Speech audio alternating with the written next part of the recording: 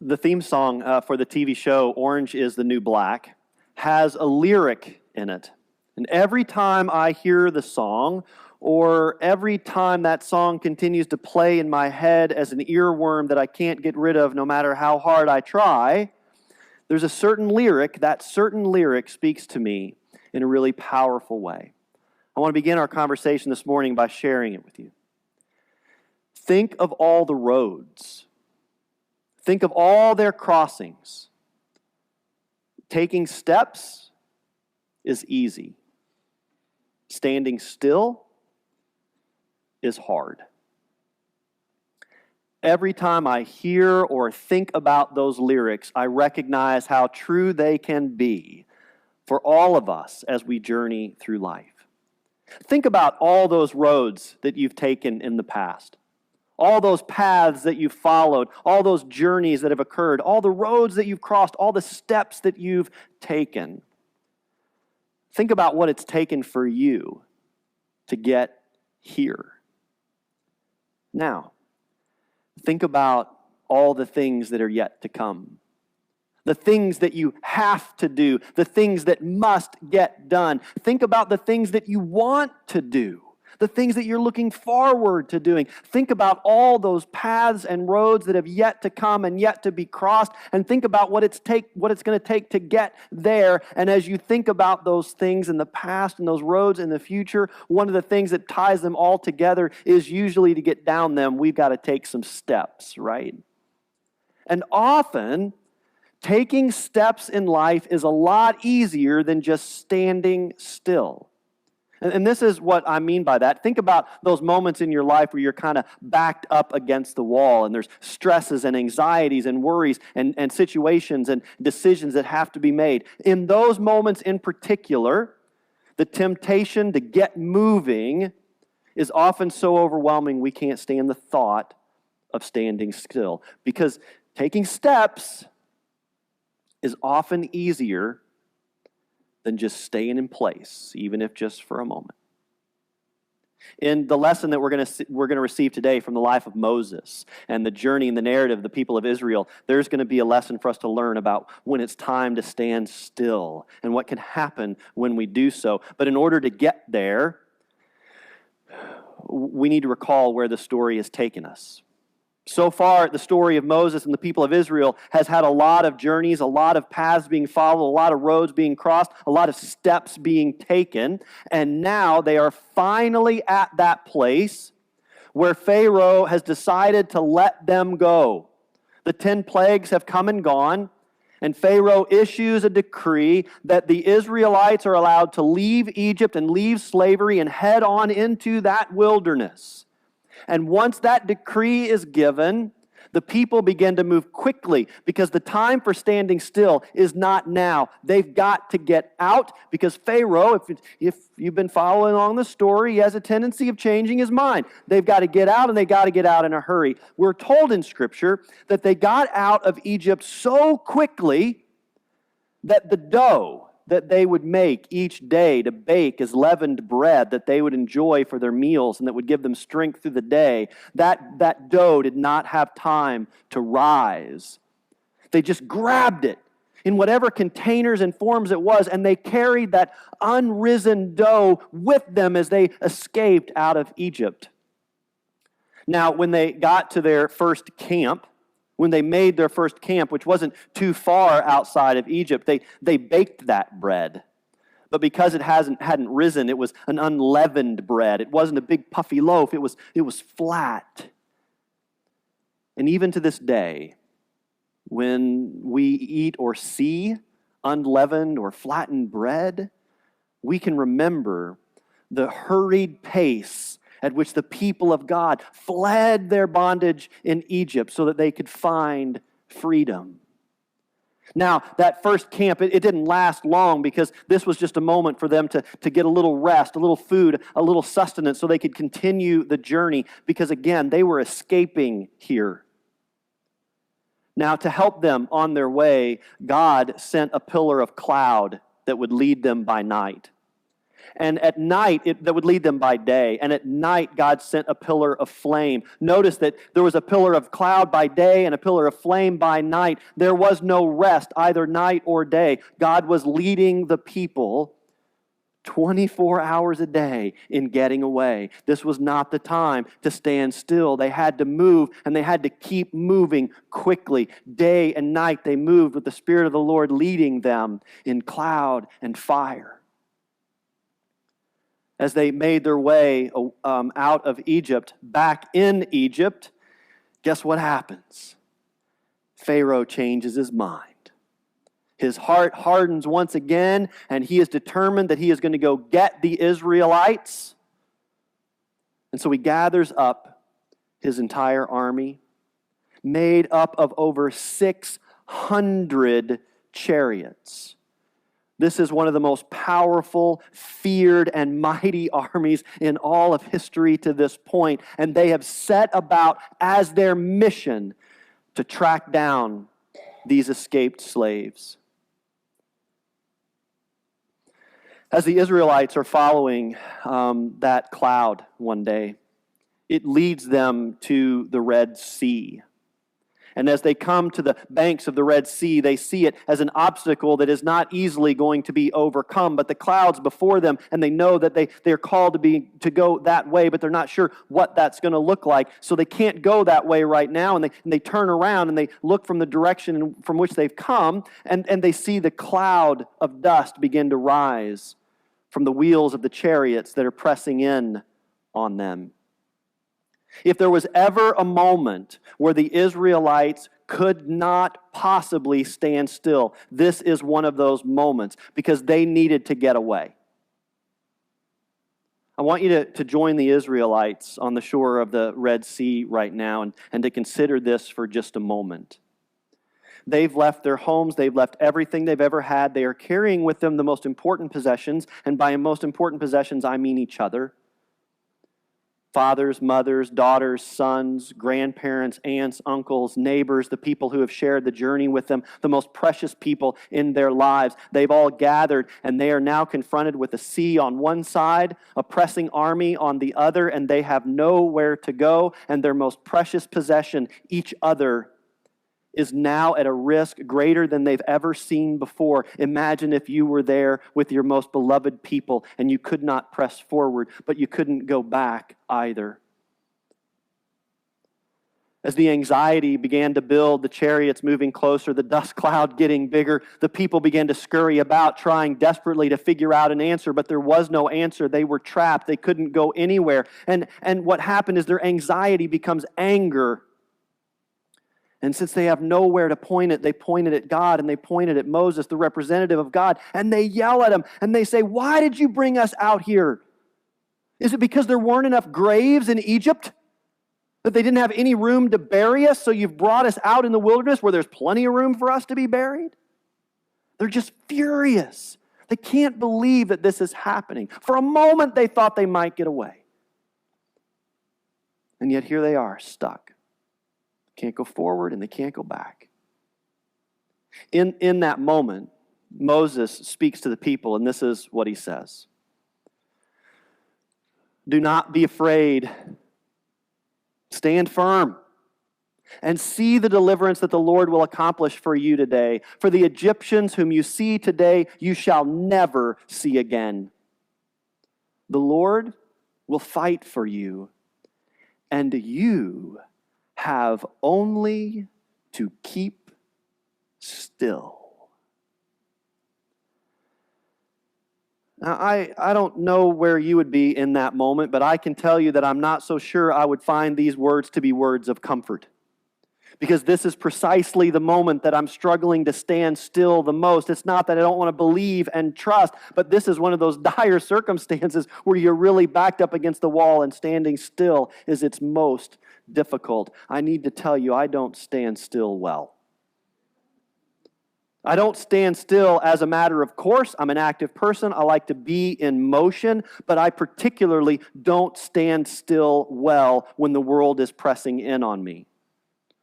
When there's anxiety or worry, when there is something that has to be taken care of and handled, when there's a financial issue or something going on relationship-wise, whenever there's a decision that must be made, an illness that must be confronted, something that must happen where we've got to journey through it, in those moments, I don't stand still well because I can't stand the ambiguity of the moment. I need some solution. And for me, taking steps, even if I have no idea where they're leading,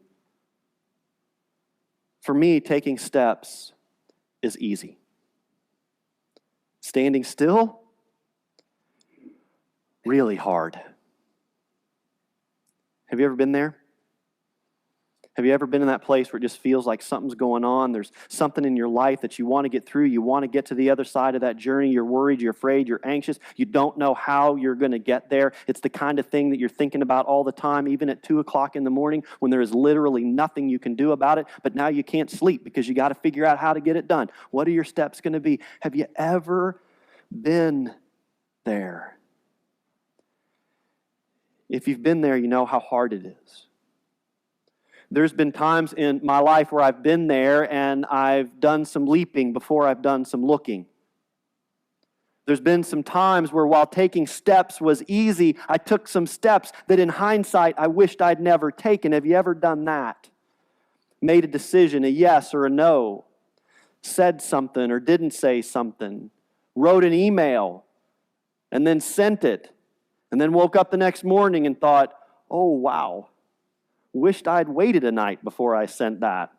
Have you ever done anything like that where you're just so backed up and you know that you should stand still, but the ambiguity and the unsettled nature of it just isn't allowing you to rest, and so you begin to walk, and sometimes you leap before you look, and you find yourself in a place where you think, oh, if only I had stood still. Now I'm in even worse trouble. So here's the people of Israel. They're kind of in this place where they've got a choice to make. What are they going to do? They can't go forward. They can't go back. And here is the voice of God saying to them, be firm, be faithful, don't be afraid. Your stillness is what's going to save you. So the sun, it begins to set. And as the sun begins to set, the pillar of cloud that was before them, it moves. And it takes up position behind them. And so now the Red Sea is on one side, the Israelite camp is here. The cloud is now taking up its spot in between the Israelites and the Egyptian army. And the Israelites begin to see that the army cannot get through the cloud. It's a barrier that's keeping them safe. And the sun continues to go down, and the cloud kind of lights up. And it casts light on them. But not only does it cast light, it casts kind of a protective barrier. And slowly but surely, as soon as they realize, even if it's only temporary, they're safe. And everybody kind of breathes. Their heart rates slow down. They quit scurrying and they start embracing. And there's just a stillness that settles in over the people as darkness comes. And all is quiet. In the quiet stillness of that moment, the Lord speaks to Moses and says, Moses, raise your hand over the waters. And Moses raises his hand over the waters. And as he does so, the Spirit of God begins to blow in a wind from the east, an east wind. And as it blows, it begins to move the waters. It takes a while. It doesn't just happen instantly. This is Moses, not Charlton Heston. It takes a while. The wind's got to blow. And so the wind is blowing, and it's blowing all night, and it continues to blow. And as it blows in the people's stillness, they begin to see a path that's forming. A path that had they kept moving, they might not see, but a path because they were still, even if by force, there was a path that in their stillness that wasn't there before began to appear because they were still in the Lord. And while they were still, the Lord was working and the Spirit was blowing and the waters began to part until it was as if there was a wall of water on each side. And at some point, the people just knew that the time for stillness had passed. And they started walking, can you imagine, into a path that was leading them through water in order to get to the other side.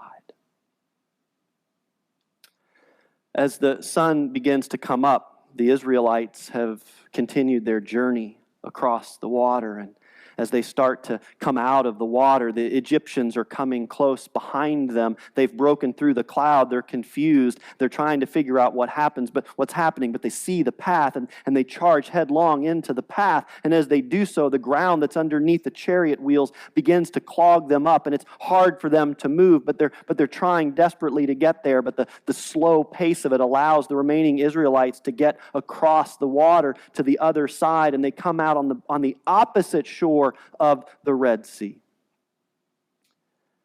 And in that moment, they're once again just still. They're not going anywhere.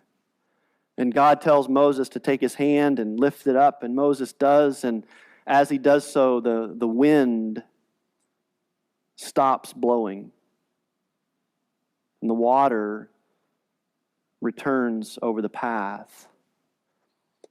And the Egyptian army, which was pressing in on them, the most dangerous and powerful army in the world with ill intent toward them, was washed away. And the people of God standing by the Red Sea, well, they did what you and I would probably do. They just stood there. Did you see that? Can you believe this is happening? The people of God had been in slavery for 430 years. 430 years. And now, they're free. And they're still, and they're standing there, and they're trying to figure out what to make of the moment. And in the stillness, Moses, the guy with the speech impediment, the guy who can't speak, the guy whose speech is so bad, his brother Aaron has to speak for him. Moses doesn't speak publicly, Aaron speaks publicly for him. Moses, the guy who can't talk, starts to sing. Can you imagine? The guy who won't talk suddenly starts to sing. And as he sings, the people start to listen to his song, and stillness falls over them, and then they join in the song.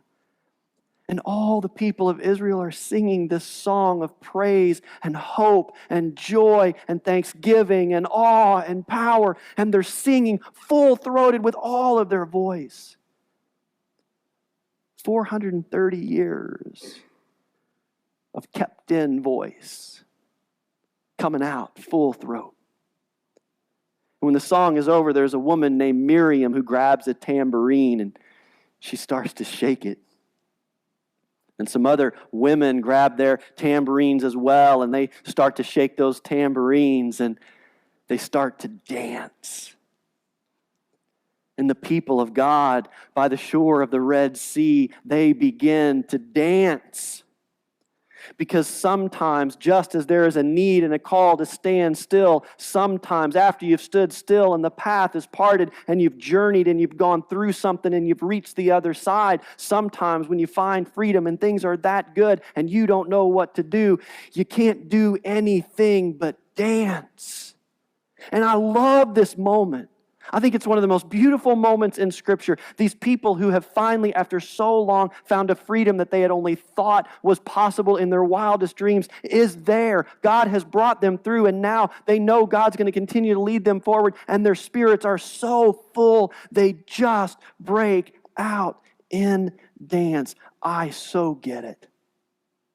I so get it. Because there have been moments in my life where my spirit has been so full, I had no choice but to dance. I don't mean physically. I'm not much of a physical dancer.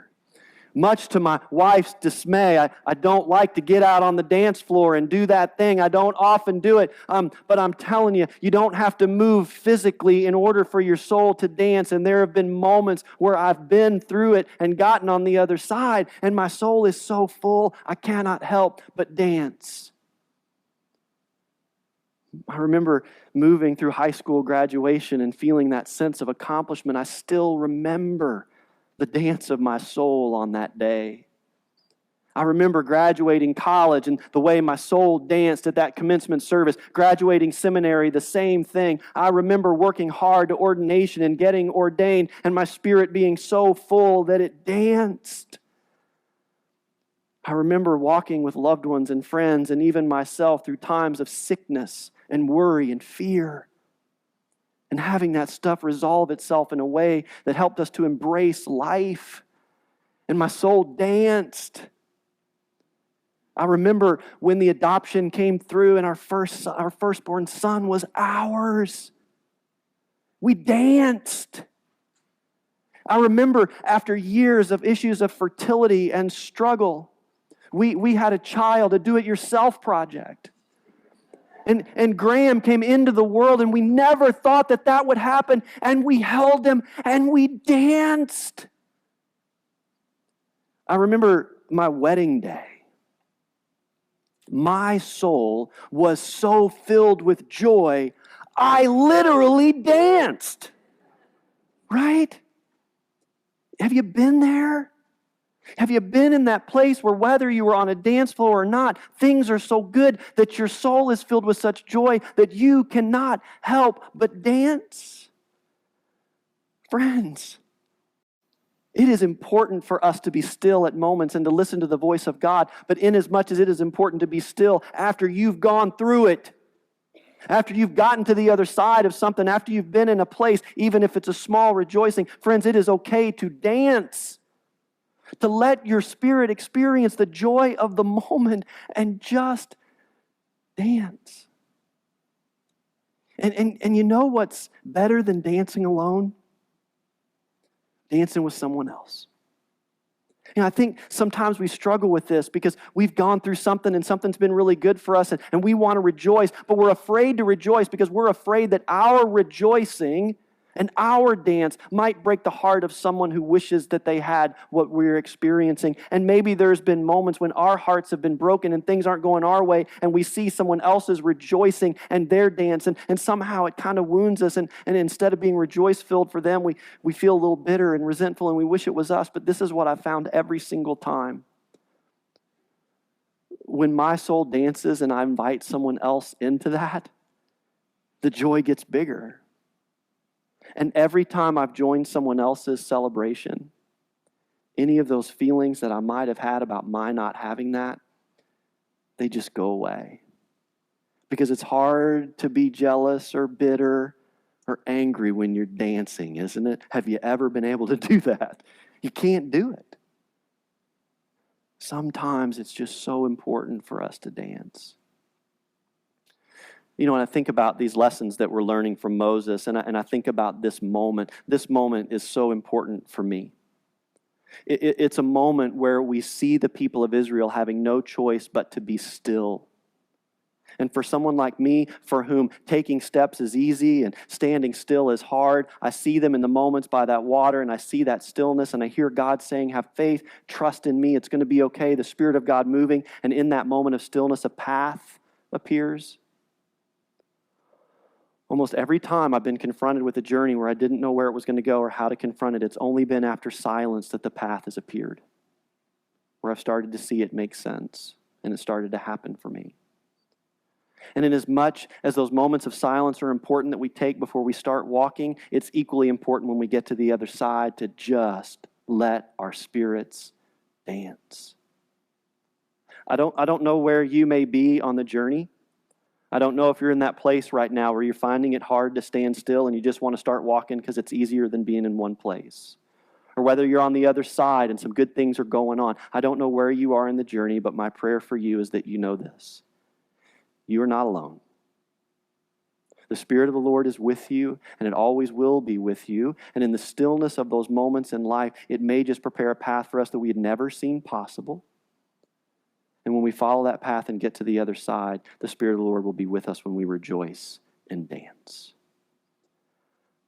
I don't know about you, but I find that to be incredibly good news.